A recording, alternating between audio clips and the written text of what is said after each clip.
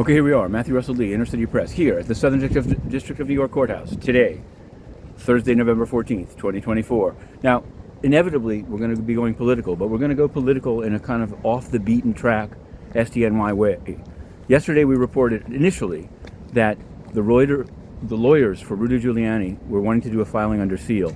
Judge Lyman said it can't be entirely under seal, and so after 5 p.m., Mr. Caruso, Giuliani's lawyer in the Georgia collections case, unsealed his request to be relieved of duty. He wants to leave. He was allowed to keep sealed his reasons.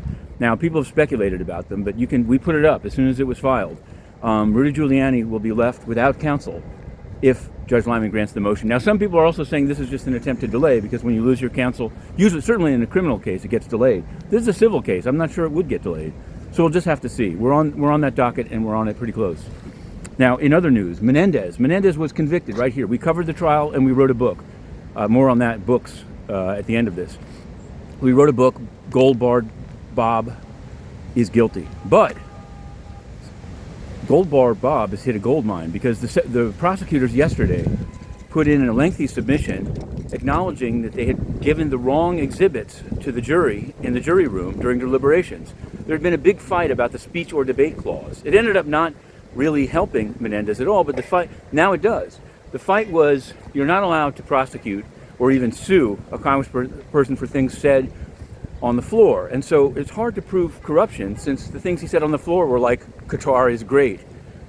Anyway, the wrong exhibits. They prepared two sets of exhibits. One, if their motion was accepted by Judge Stein, and one if it was denied. It was denied, and they still sent in the exhibits with the wrong information in it. So that's definitely an appellate issue. Whether it's going to impact Menendez's sentencing, I'm expecting the filing relatively shortly from Menendez's counsel in that case.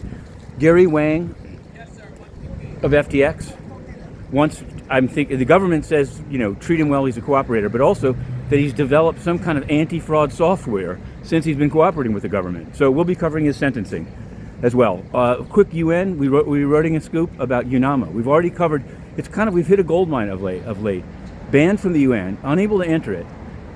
Staff have sent us things about the UN mission in South Sudan, Libya, Colombia, very detailed and shocking. And it's really getting, at least within UN world, it's getting a lot of play. And it's a shame, because there's no other oversight. They think that by not answering questions, they can sort of make it impossible to cover the UN. But I'm going to keep covering the UN, but as well as demanding the right to re-enter. Now, I mentioned books, and I have to close off a cycle. On Monday, Veterans Day, Amazon wrote to Inner City Press and said, we're blocking your book, Diddy Did It, for violating content guidelines. I wrote back and said, what guidelines? They said, and who complained? They said, give us 5 days to do it. I put some stuff up about it, because I do view it as, it's not book banning in the sense of a library, but Amazon's pretty powerful. Well, to their credit, 2 days after banning it, they wrote yesterday and said, I don't know if they used the word apology. They said it was incorrectly banned, apologized for any inconvenience, and it's back. You can find it. Diddy Did It. Diddy Do It? You can find it on Amazon. So it's back. We're back. Now, that the UN was able to it's not a question of seeing the errors of their ways. Like, they looked into it and they said, this doesn't make sense. The UN is unable. It never fixes anything. It killed people in Haiti with cholera, didn't pay a penny.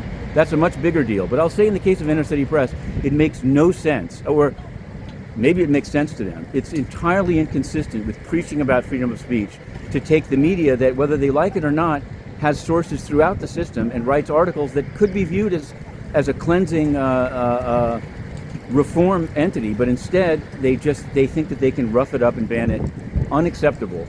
And we'll see whether this is also a litmus test. I've mentioned that before, but I've got to rush in because there's a trial to cover. To be continued. Inner City Press.